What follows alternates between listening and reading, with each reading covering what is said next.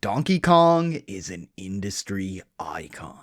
Nobody's gonna argue that. Donkey Kong sucks. Shut up. He was there from the start, catapulting Nintendo into the legendary status they're still known for today. He's had plenty of top-selling games, cartoons, a plethora of merchandise, and more recently is even being immortalized with his very own theme park.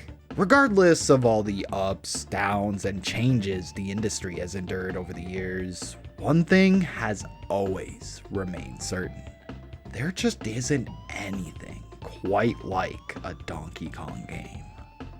But what the hell even is a Donkey Kong game? Donkey Kong's been like 17 goddamn things. And one of those was Seth Rogen. And for a series as iconic as Donkey Kong, this is honestly inexcusable.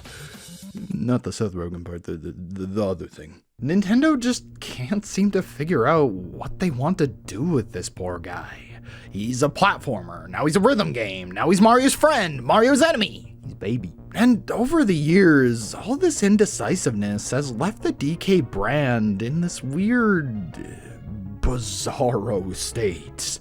A state where most of its defining elements have been eroded away or forgotten.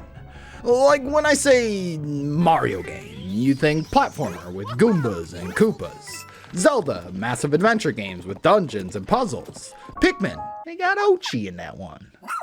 While, yeah, these series deviate from time to time with spin-offs and whatnot, they always have that strong brand identity backing them. Familiar elements and themes tie everything together. Now take a look at Donkey Kong. There's no through line here. Almost every element that's made Donkey Kong unique has been constantly changing. Everything from the look, feel, sound, characters, villains. There's rarely been a sense of consistency, which has led to DK losing a lot of his own identity. Donkey Kong was once a juggernaut of a franchise, standing toe-to-toe with all the other greats of the industry and sometimes even surpassing them. But nowadays, as far as the vast majority of people are concerned, Donkey Kong is just another part of the Mario cast. Nothing more than just a character used to fill up a slot in a Mario Kart game. So, how did we get here? Well, it all started in 1981 with the original Donkey Kong arcade release. This game was a massive deal back then. It took the world by storm and immediately cemented Donkey Kong as a video game icon. It was like nothing that came before it. This was the first platformer game with a story, iconic characters, and cutscenes that kept players absolutely hooked. Nintendo struggled to keep up with demand, and the game would quickly become the most profitable arcade game during its first year on the market. This immense success led to Donkey Kong becoming somewhat of a pop culture sensation, with toys, breakfast cereals, board games, and even a Saturday morning cartoon. Donkey Kong! Donkey Kong as a brand seemed unstoppable in the early 80s. Everyone, even non-gamers, knew what Donkey Kong was. But this success would be somewhat short-lived. The video game market crash of 1983 was right around the corner. Video games, at least in the West, were quickly falling out of fashion and becoming way less profitable. Even when the market recovered in 1985 with the release of the NES, something like Donkey Kong just wasn't that impressive compared to stuff like Mario or Zelda.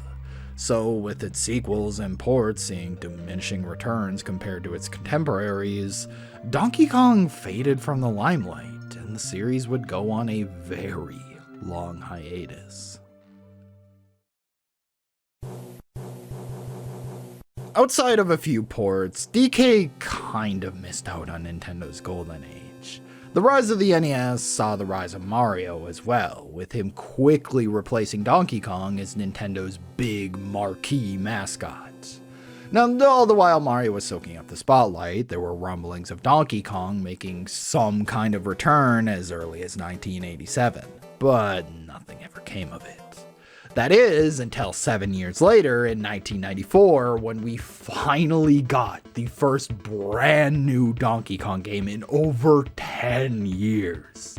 A game that would completely reinvent what a Donkey Kong game could be. That game was Donkey Kong. Yeah, it's just a remake of the arcade original on the Game Boy. But it's still cool to see. You big motherfucker. Disguised as a remake, Donkey Kong on the Game Boy turned out to be a complete reimagining of the arcade original and showed just how much potential this series still had. It starts out with the 4 levels you all know, but then right when you think you're finished, Donkey Kong's all like, no, I ain't fucking done yet. It snatches Pauline up and bam, you got 97 more levels to do, each with their own gimmicks, puzzles, and moves to play around with. You also got the backflip and somersault years before they became a mainstay in the 3D Mario games.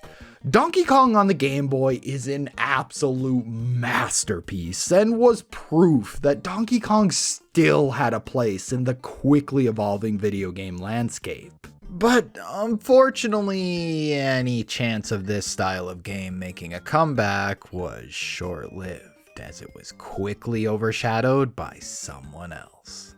Donkey Kong? Developed by the British studio Rare, this wasn't your dumb, ignorant grandpa's Donkey Kong. You can't say this shit no more. This was Donkey Kong for the next generation of gamers. Here comes Donkey Kong, sporting a brand new look in 16 bits. But not just any old 16 bits. These were pre-rendered graphics, man. That shit is basically 3D. Yeah, let's see your Sega Genadom do that, Tony. Tony is not happy. Not only did Donkey Kong Country completely change the look of the franchise, but it also changed how it played. Donkey Kong was still a platformer, yeah, but gone were the vertical single-screen level layouts, replaced with the more traditional side-scrolling levels that were popularized by Mario and Sonic. Mario was also nowhere to be seen. Now you are Donkey Kong, and you also got newcomer Diddy Kong. Love that guy. Mario may have completely eclipsed Donkey Kong back in the 1980s, but in the 90s, Donkey Kong came back swinging, completely beating Mario at his own game. With the help of a very healthy marketing campaign, Donkey Kong Country would go on to become the fastest selling game of all time during its initial release. The game would eventually get 2 sequels, a handheld subseries, and even a TV show. Donkey Kong was back on top, baby, becoming basically the face of Nintendo again during the latter half of the Super Nintendo's life. So, despite Donkey Kong Country being immensely popular during the Super Nintendo era, DK initially ended up taking a back seat when the N64 rolled around.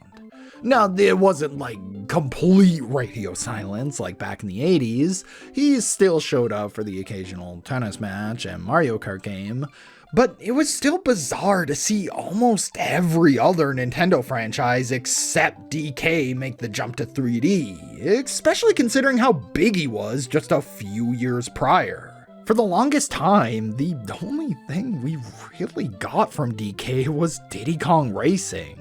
And that wasn't even technically a DK game. It was more so Rare and All-Stars Racing Transformed with Diddy Kong on the box to sell copies. But finally, in 1999, it happened. Here we go. And oh boy, did it happen. Okay, so while nowadays Donkey Kong 64 is looked back on in infamy, back in 1999, it was a pretty big deal. From the start, it was obvious Nintendo was determined to repeat the success they had with Donkey Kong Country by giving DK64 an even bigger marketing campaign. This game was everywhere in 1999.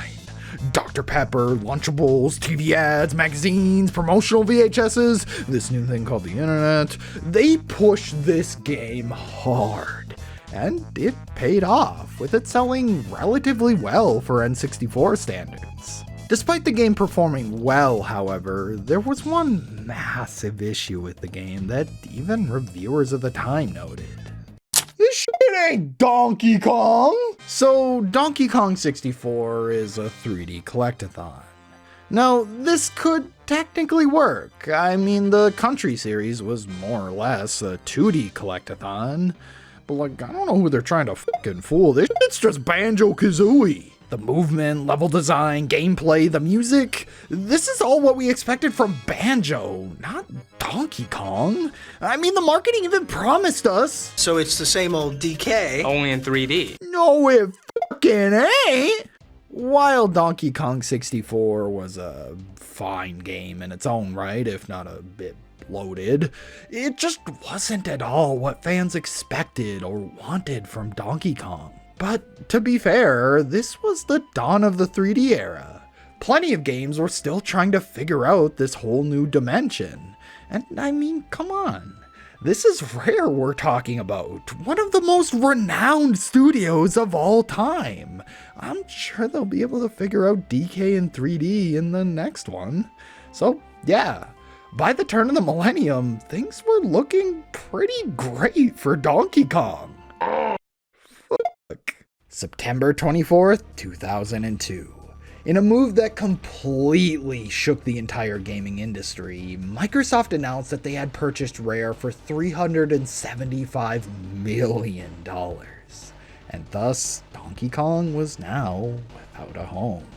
The studio that single-handedly reinvented Donkey Kong for the next generation, the studio that arguably understood the franchise better than even Nintendo themselves, was now no longer able to continue the series they had spent over 5 years fostering. Kind of. More on that later.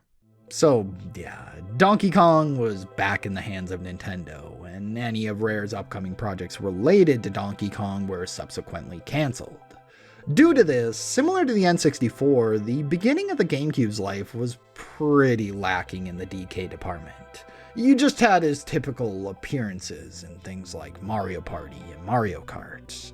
But we all knew it was only a matter of time. Even with Rare no longer at the helm, there was no way Nintendo would let all the momentum DK had built up in the 90s go to waste. Up until this point, Donkey Kong games served as generational defining titles, highlighting what was truly possible with new hardware.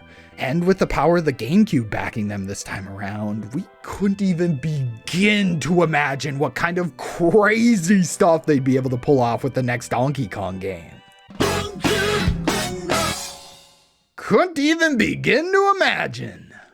Alright, so all throughout the N64's life, it was becoming increasingly obvious that Nintendo would no longer be able to compete on hardware power alone. The new players on the scene were all backed by these behemoth-sized tech companies. If Nintendo, a relatively scrappy game company, wanted any hope of keeping up, they'd have to find a new angle, a new niche. They would need people to see the Nintendo difference. So instead of refining what worked for them in the past, Nintendo focused on being different. Luigi was a Ghostbuster, Mario got a water jetpack, Metroid was a first-person shooter, Mario Kart had 2 racers in one cart, Zelda looked like a kid's cartoon, and Donkey Kong was a rhythm game. Now, Donkey Konga is a fine enough rhythm game. I mean, after all, it's inspired by the widely popular Taiko series, and the DK bongos are a pretty fun way to play a game like this. But the issue was just the soundtrack and overall presentation. The Donkey Kong Country series has some of the most universally acclaimed soundtracks of all time. But instead of capitalizing on that, we get the itsy bitsy spider and a cover of fucking rock lobster. In a 2002 interview, former Nintendo of America president Reggie Fils-Aimé admitted that he hated Donkey Konga because he felt it would harm the overall Donkey Kong brand. While Donkey Konga admittedly sold relatively well, Reggie was absolutely right! The 6th generation of consoles saw gaming finally start to hit the mainstream. A lot of gamers today got their start around this time. So, instead of being introduced to Donkey Kong as this revolutionary franchise, they got introduced to the stupid fucking monkey that plays nursery rhymes on his bongos and hangs out with Mario sometimes. First impressions are everything, and DK's handheld outings weren't helping matters either. While he got a pretty fantastic follow-up to Donkey Kong 1994, it was Mario who got top billing on this one, and subsequent entries continued to de-emphasize Donkey Kong even further. And DK's other portable entries saw him being relegated to things like gimmicky pegboard games and various Mario spin-offs. Even when DK finally did get a proper high-budget platformer of his own, it too was shackled to a gimmick, with it being controlled entirely with Donkey Konga's bongo controller. While it worked surprisingly well and was a phenomenal game in its own right, the damage was already done. To this new generation of gamers, the Donkey Kong brand no longer held the same weight it once did. As far as they were concerned, Donkey Kong was nothing more than just a gimmicky spin-off of the Mario franchise. It wasn't all doom and gloom for Donkey Kong though. All the while Nintendo was fumbling the series with gimmicky bongo games and spin-offs, there was one studio keeping the dream alive. Rare. Yeah, Rare. You see, Microsoft wasn't in the handheld gaming market, so despite now being a Microsoft-owned studio, Rare was still able to make games for Nintendo's portable systems. This allowed Rare to remake all 3 games in the Donkey Kong Country trilogy from the ground up for the Game Boy Advance, with new cutscenes, bosses, minigames, and even new levels. The first remake would even go on to become one of the highest selling Game Boy Advance titles of all time. Money speaks, and because of that, Nintendo was definitely aware how much better received these remakes were compared to their own attempts at a Donkey Kong game. These remakes were proof that even in this drastically different and more mature market, there was still a place for the Donkey Kong of the past. But years went on and nothing changed. By the time 2009 rolled around and all we got from Donkey Kong was a Wii port of Jungle Beat, it was becoming increasingly apparent that despite the response to Rare's Country remakes, Nintendo had no interest in really investing in Donkey Kong. As you know, Retro Studios in Texas has produced some great Metroid titles. But when they said they were ready for something new, we asked them to take one of the most treasured franchises in video game history and to make it magic again. If you listen, you can hear it coming.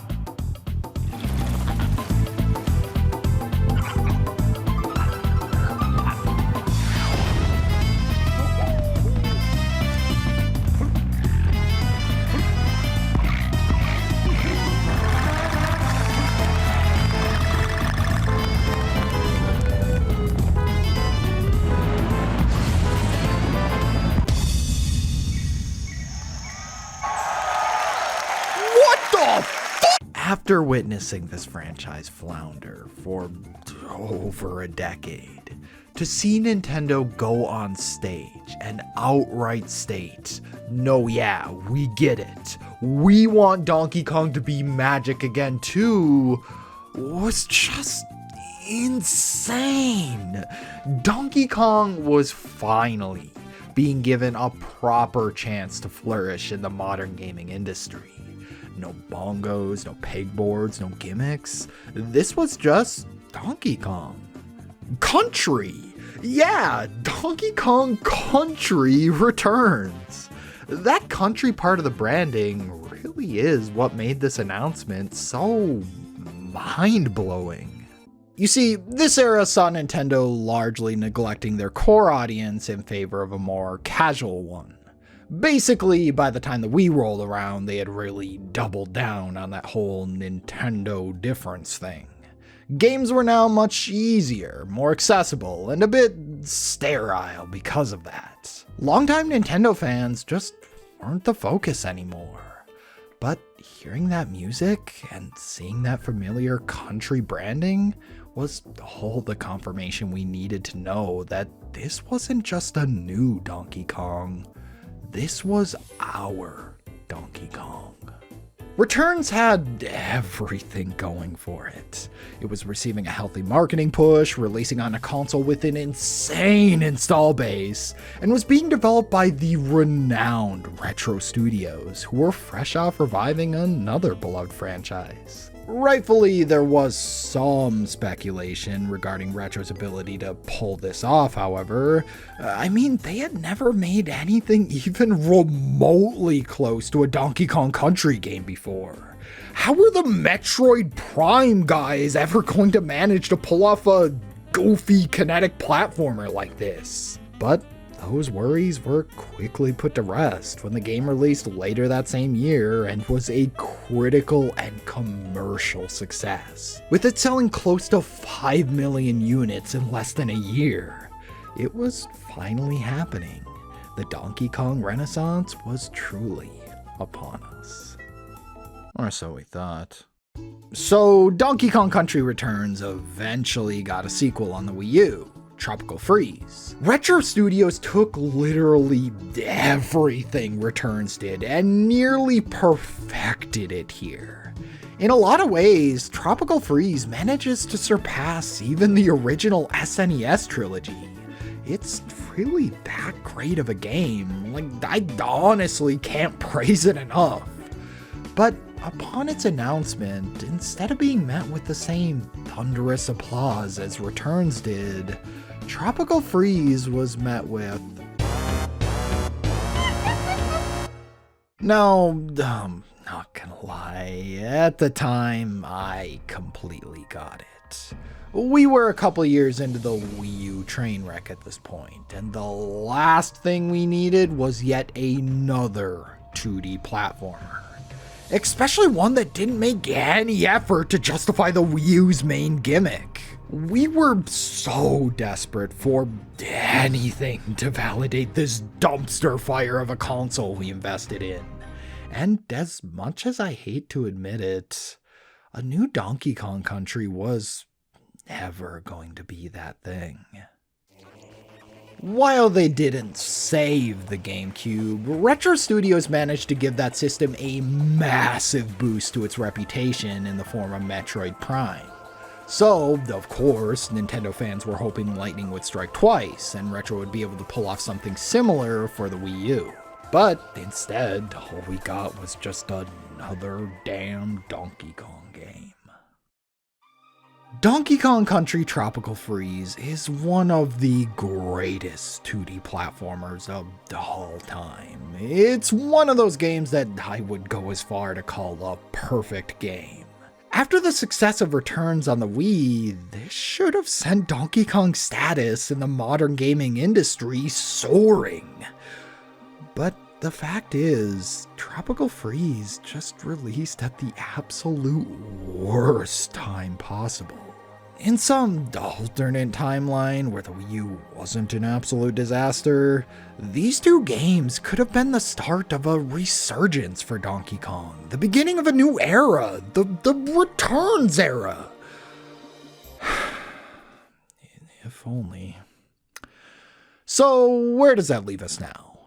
Well, it's complicated. So 4 years later, Tropical Freeze got a second chance on the Switch, and due to Nintendo being on much dirtier ground nowadays, this being yet another damn Donkey Kong wasn't really an issue anymore, which led to the game receiving a much more positive response. Then Donkey Kong would go on to be featured heavily in the Mario movie, and like I said at the start of all this, he's got a whole ass theme park now, in addition to some pretty cool merchandise. But in terms of games, he's still mostly just a stupid fucking Mario monkey, so like, you see what I mean when I say it's complicated? It's like Nintendo really wants this franchise to succeed, but they don't ever fully commit to it. And as we've seen, that's kind of been the case throughout the franchise's entire history. Each and every time Donkey Kong has found some kind of success or niche, Nintendo ends up pulling the plug. It's like they refuse to let this guy have any kind of success of his own. It always has to be tied to Mario in some way. Yeah, he has a big role in a movie, but that was Mario's movie.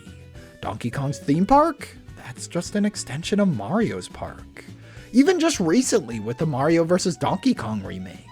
Even though the series is very obviously a spiritual successor to the original Donkey Kong arcade game, I don't see many people refer to this as a Donkey Kong game.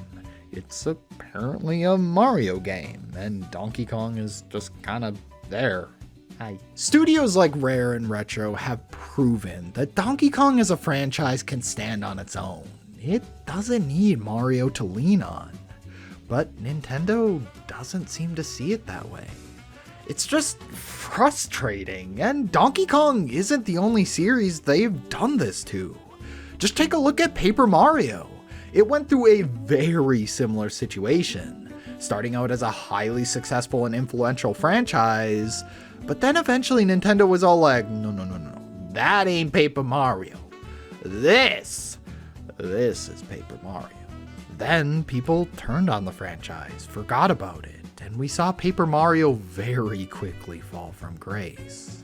But if Paper Mario, Metroid, or any of the other franchises that have gone through this are anything to go off of, there's always hope. You just gotta be patient.